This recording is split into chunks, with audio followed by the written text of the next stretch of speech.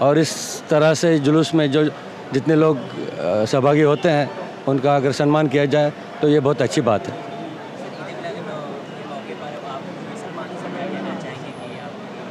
نہیں، یہ تو بہت اچھا تہوار ہے، اور جیسے کہا گیا اس عید میلاد النبی کا تو یہ جلوس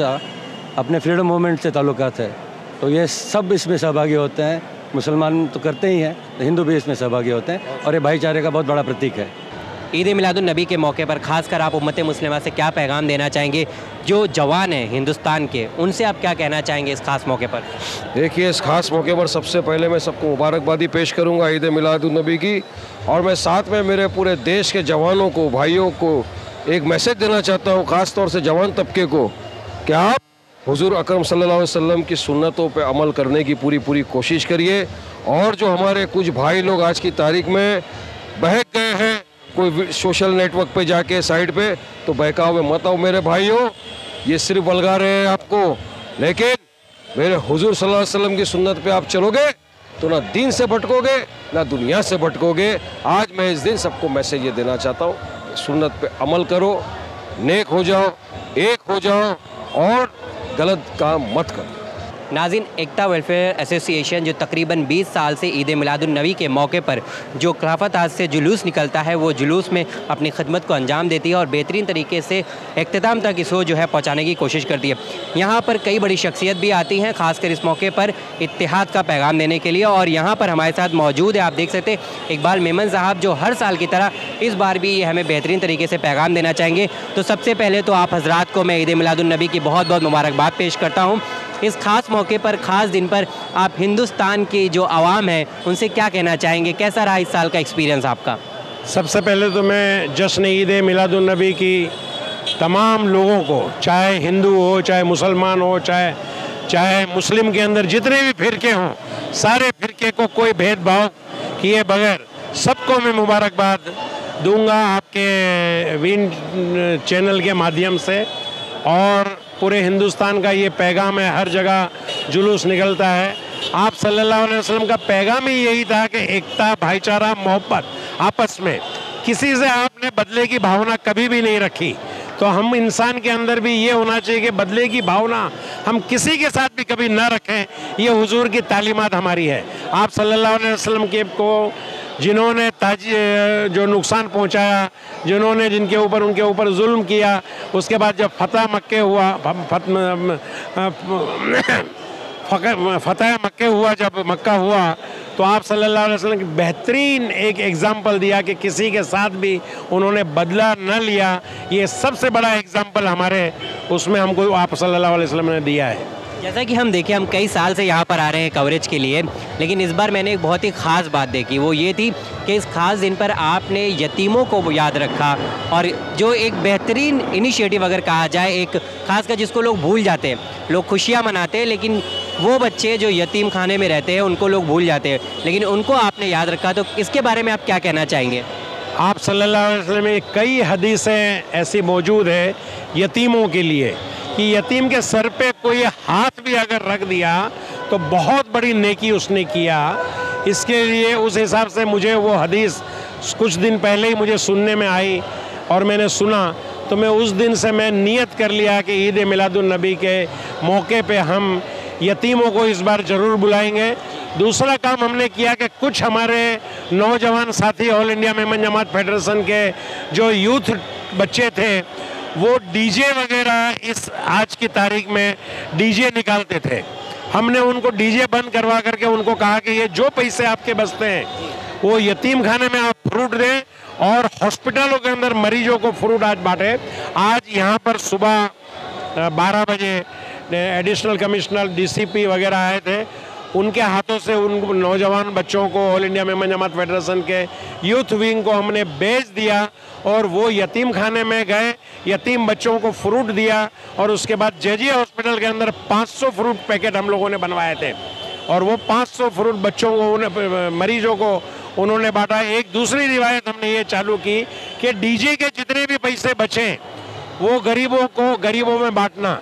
یہ سب سے بڑا آج میں یہاں سے آپ کے وین ٹی وی کے ذریعے اور دوسرے چینل کے ذریعے میں یہ پیغام دوں گا